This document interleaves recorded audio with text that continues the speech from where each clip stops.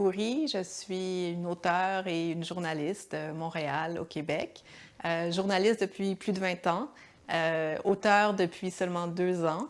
Donc, c'est ce premier roman, Manam, que j'ai écrit, que j'ai publié en 2019, en fait, qui a été d'abord publié en français aux éditions du Boréal, au Québec, et ensuite traduit en anglais chez Mawenzi et en espagnol, donc chez Tiempo de Papel, une maison d'édition indépendante de Valence, qui publie donc Manam en espagnol.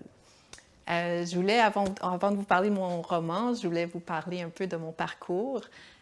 Donc moi, je suis une fille d'immigrants, née à Montréal, au Québec. Donc mes deux parents sont immigrants. Ma mère, elle est syrienne d'origine arménienne, donc fille de survivants du génocide arménien de 1915, donc qui a emporté 1,5 million d'Arméniens dans l'Empire ottoman, donc le sud de la Turquie aujourd'hui.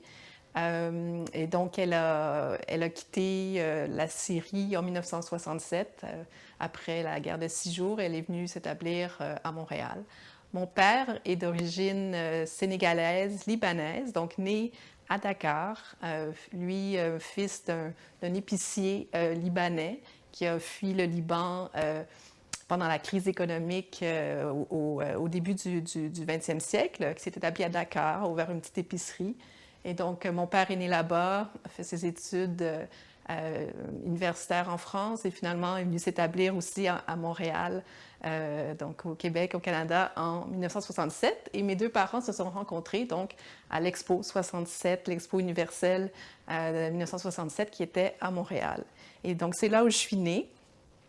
Donc, je suis auteure et journaliste et je ne me destinais pas ni au travail au métier de journaliste, ni à la littérature a priori, parce que, comme fille d'immigrants, comme beaucoup d'immigrants, en fait, dans ma famille, moi, il y avait deux choix. Donc, on était soit médecin ou médecin. Et donc, mon frère est devenu médecin et moi, j'étais un peu mouton noir. J'ai toujours aimé la littérature, l'histoire, la philosophie. Donc, j'ai étudié plutôt dans ce domaine-là. J'ai fait une maîtrise en littérature comparée. Et j'avais jamais vraiment pensé faire du journalisme parce que là encore, c'était pas un métier qui était envisageable pour moi. Mes deux parents sont des scientifiques. Ma mère, c'est une ingénieure, en fait, un peu pionnière à sa façon parce que c'était une des premières diplômées en génie civil à Alep, en Syrie, en 1967. Il y avait 3 ou 4 femmes dans sa promotion. Et quand elle est arrivée au Québec, elle est devenue professeure de mathématiques. Elle est devenue enseignante. Et mon père, lui, est biochimiste. Donc, bref, pour ma famille, c'était les sciences, les sciences, les sciences.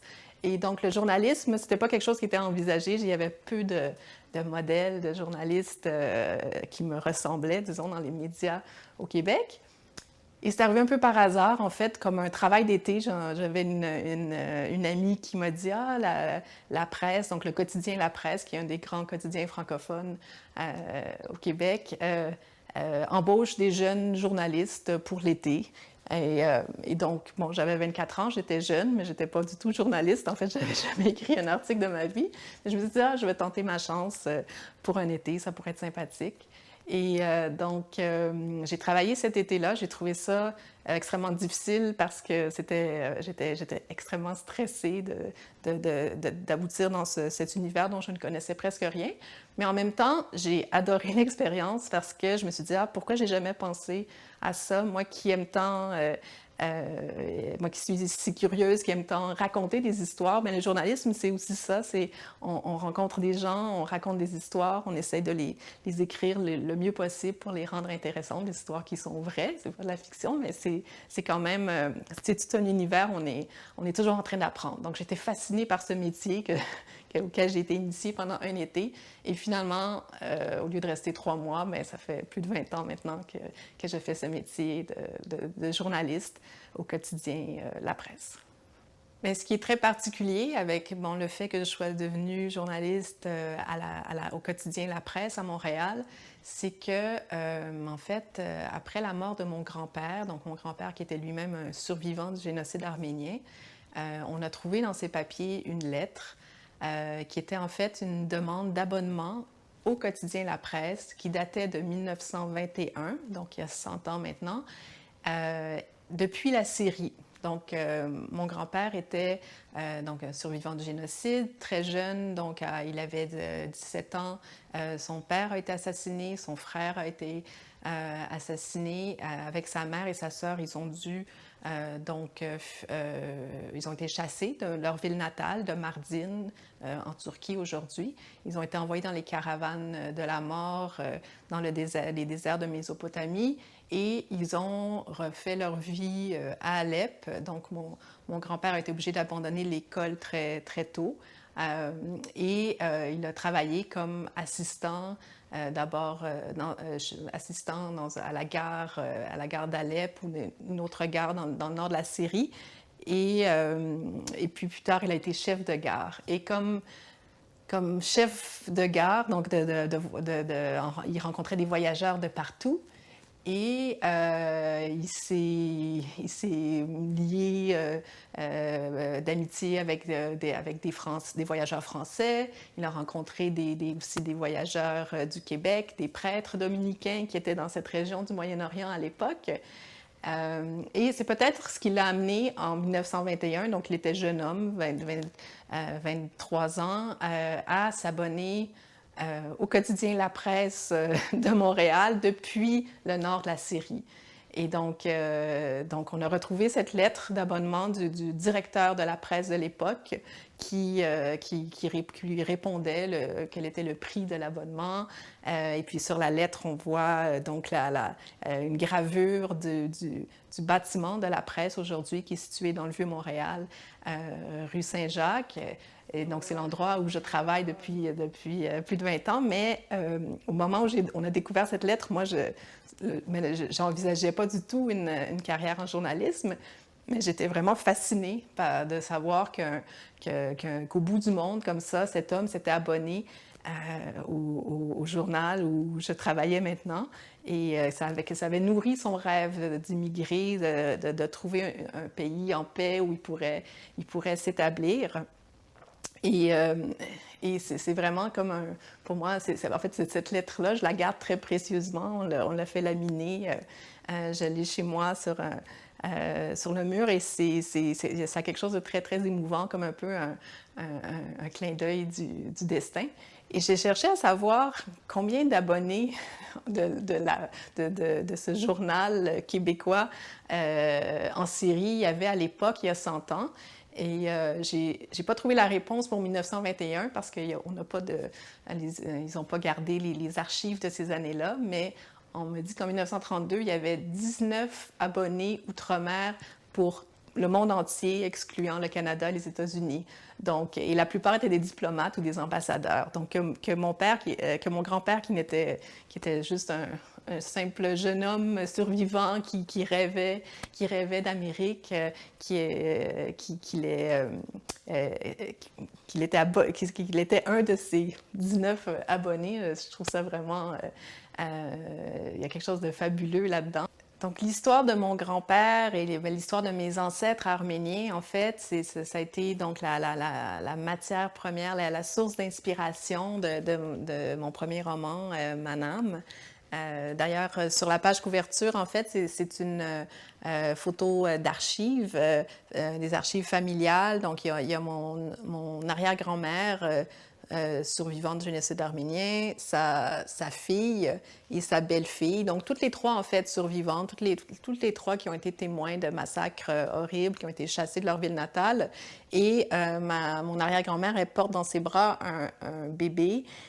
Donc, cette photo a été prise à Alep quelques années après le génocide. Donc, ils étaient établis à Alep et c'est donc son premier petit-fils né après toute cette horreur. Et j'adore cette photo parce que j'aime bien, on voit dans le regard de mon arrière-grand-mère. Il y a quelque chose comme, il y a une détermination, mais il y a aussi une lueur d'espoir, comme pour dire après toute cette noirceur dont elle avait été témoin, ben, avec cet enfant dans ses bras, il y a encore de l'espoir.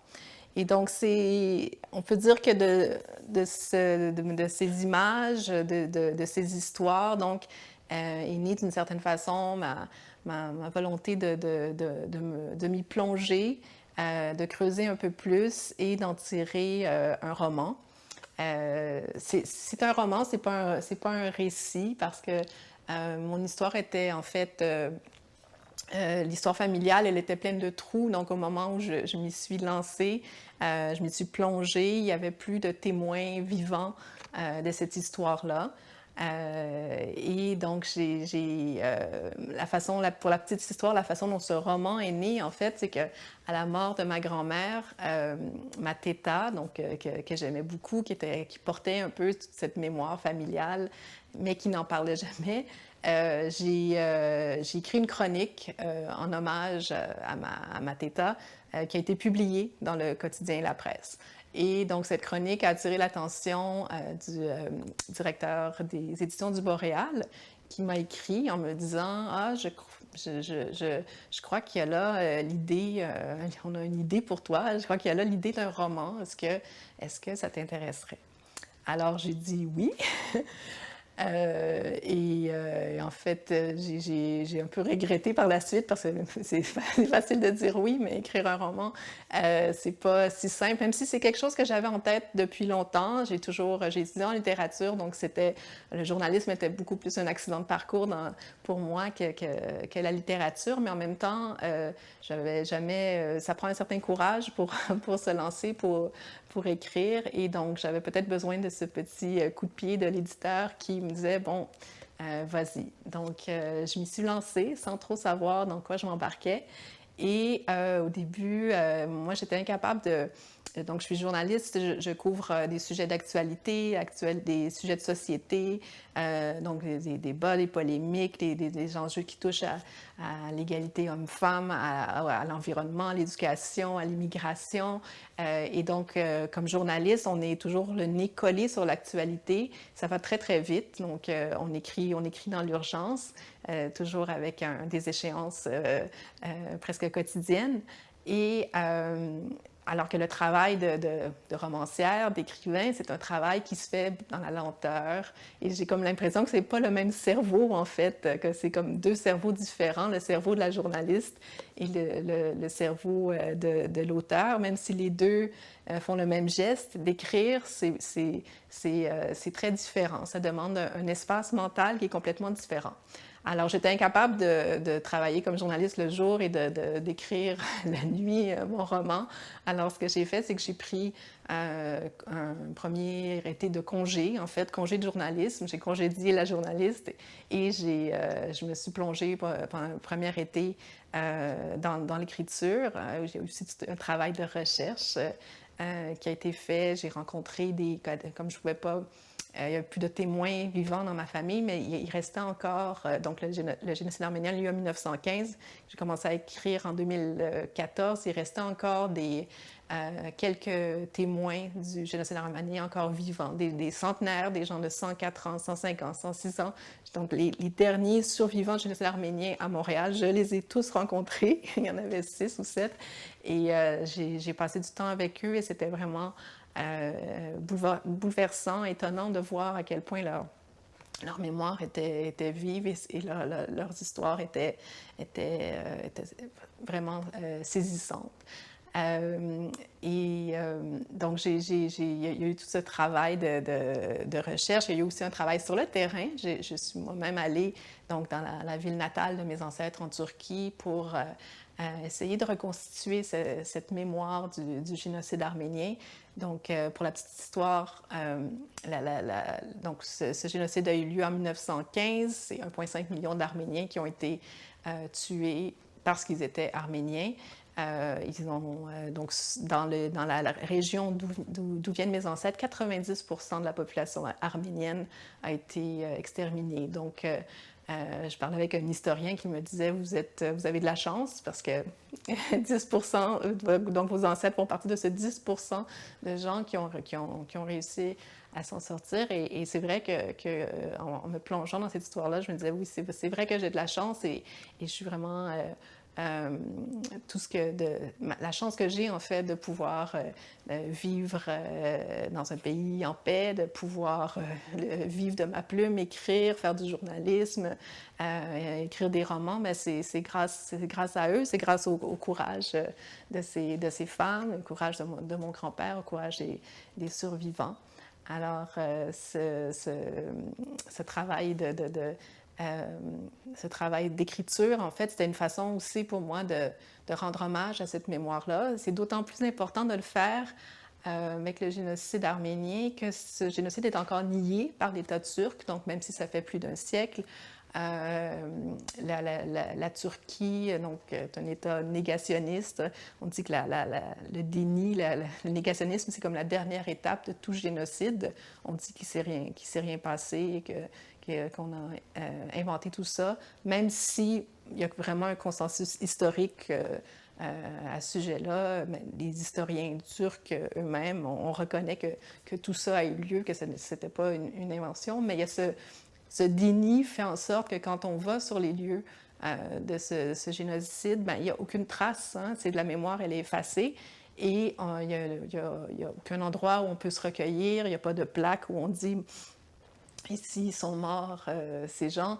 Donc il y a une violence dans cette dernière étape du génocide qui est ce silence, ce déni, et ça rend le fait de raconter les histoires de ces gens ça rend ça encore plus important parce que c'est une forme de résistance. Et de raconter leurs histoires, c'est de leur offrir aussi la chance d'exister, de rester présents dans nos mémoires et de pouvoir transmettre leurs histoires. Donc, pour écrire ce roman, en fait, la toile de fond du roman, c'est le génocide. Et donc, j'ai fait un travail de recherche pour m'assurer que toute la toile de fond est historique, tout est juste et vérifié. Mais en même temps, je ne dirais pas que c'est pas un roman sur le génocide, en fait. C'est un roman plutôt sur la mémoire, sur la transmission, sur le deuil, le silence, sur la quête de sens, la quête d'espoir dans un monde désespérant. Ce roman, Manam, en fait, il raconte l'histoire d'une quête. C'est la quête de Léa, donc, qui est une jeune enseignante de Montréal, qui, à la mort de sa grand-mère, de sa téta qu'elle adorait, décide elle est hantée par, en fait, tous les secrets de sa grand-mère, toute la mémoire donc, de ces horreurs qu'elle a vécues dont elle parlait jamais. Donc, elle parlait de tout, mais dès qu'il était question de génocide, elle était silencieuse. Et donc, elle décide, un peu sur un coup de tête, à la mort de sa grand-mère, de partir en Turquie, de retourner dans la ville natale de ses ancêtres et d'essayer de reconstituer sa mémoire, de voir qu'est-ce qui en reste, quels sont les vestiges du passé et d'interroger les gens et aussi de voir de quoi elle est héritière en tant que petite fille de survivant du génocide. Qu'est-ce qu'elle peut en garder? Comment elle peut transformer cette mémoire noire en source? Le roman parle beaucoup des femmes, en fait, du génocide d'un point de vue féminin aussi. Ça, c'était important pour moi parce que si l'histoire du génocide arménien est une histoire souvent oubliée, niée, l'histoire des femmes, elle l'est encore plus. On raconte toujours la guerre, les horreurs de la guerre d'un point de vue masculin. Alors, c'était important aussi pour moi de fouiller, de raconter cet autre point de vue qu'on entend encore trop peu. Donc, je vous propose en fait de lire un court extrait du roman. Donc, j'ai choisi un extrait dans les premiers chapitres, en fait. Donc, le roman commence par la fin, d'une certaine façon. Alors voilà, je vais vous lire ça. Commençons par la fin. Aujourd'hui, Téta est morte. Théta s'est éteinte dans ce pays devenu le sien au moment où la Syrie qu'elle aimait tant se meurt aussi. Elle est morte en paix après une vie longue et belle. Les gens s'exilent pour vivre en paix, bien sûr, mais n'est-ce pas aussi un peu pour mourir en paix? Je la revois s'allumer une cigarette d'un geste lent et gracieux. Je l'entends me répéter les mots de Khalil Gibran. Plus la tristesse évide l'intérieur de votre être, plus vous pouvez contenir de la joie. Pour elle, la joie n'était que tristesse sans masque. Elle aura vécu 107 ans, à cheval entre deux univers, la moitié de sa vie en Orient, l'autre moitié en Occident. Une vie comme un pont entre deux rives, surplombant des rapides furieux. Enfant, elle a vu ce qu'aucun enfant ne devrait voir. Elle aurait pu s'en lamenter toute sa vie. Elle aurait pu cultiver la haine pour l'éternité. Elle s'est accrochée au silence et à l'espoir, comme si elle avait l'intime conviction que les souvenirs que l'on tait ne nous tueront pas. Il y a des silences de déni qui réjouissent les bourreaux, des silences assassins. Il y en a d'autres que l'on pose sur les mots comme des pierres de sagesse, des silences sans lesquels toute survie est impossible. Ils enlacent la douleur et l'empêchent de s'échapper. L'apparence est semblable, le son radicalement différent. Bien sûr qu'elle n'avait rien oublié, mais elle refusait de nous faire porter le poids de sa mémoire douloureuse. Elle refusait de laisser des sédiments de haine se déposer dans nos cœurs. Nous sommes nos silences encore plus que nos mots. De toutes les histoires, les plus marquantes sont celles qui ne se racontent pas. Tout ce qu'il vaut mieux oublier, tout ce qui se devine au fond d'un regard, les souvenirs trop noirs, les douleurs trop vives, mais aussi le bonheur, qui le plus souvent est muet. Au trépas, que reste-t-il de ces non-dits? Quel héritage pour ceux qui marcheront sur nos pas? En regardant les fossoyeurs mettre en terre le cercueil de ma Théta, j'ai eu l'impression qu'on enterrait le coffre-fort de ma mémoire, avant même que je n'en retrouve la clé. J'ai jeté une rose sur sa tombe, j'ai senti une brise sur ma nuque, je me suis fait une promesse. J'irai dans son pays pour écumer sa mémoire. Je tenterai de raconter son histoire, car pire que la mort, il y a l'oubli. Alors même si l'écriture de ce roman, en fait, n'a pas été facile, finalement, ça m'a pris 5 étés pour y venir à bout. J'ai quand même beaucoup aimé l'expérience et j'ai été vraiment très touchée par l'accueil qu'a eu ce roman, les commentaires que m'envoient des lecteurs qui, même sans être eux-mêmes descendants de survivants du génocide arménien, s'y sont reconnus d'une façon ou d'une autre parce qu'on a tous tous porteurs d'histoires, de mémoires, de tabous, d'histoires familiales, entourés de silences qui nous hantent d'une certaine façon. Donc, peu importe nos histoires, il y a quelque chose dans cette quête de sens, cette quête de mémoire, ce désir de vouloir percer les secrets de nos grands-parents, nos arrière-grands-parents. Il y a quelque chose d'universel d'une certaine façon. Et j'espère bien pouvoir écrire un deuxième roman. Je ne sais pas encore exactement sur quel sujet il portera, mais j'espère bien un jour aussi avoir la chance de venir à la rencontre des lecteurs au Mexique. J'ai déjà eu le grand plaisir d'aller au Mexique. Ma mère a une amie d'enfance d'Alep en Syrie qui a vécu plusieurs années à Mexico. Donc j'étais allée avec elle passer du temps à Mexico et j'ai vraiment été séduite par la culture, par l'art de vivre, par les gens. Et donc, j'espère un jour avoir l'occasion de vous rencontrer au Mexique.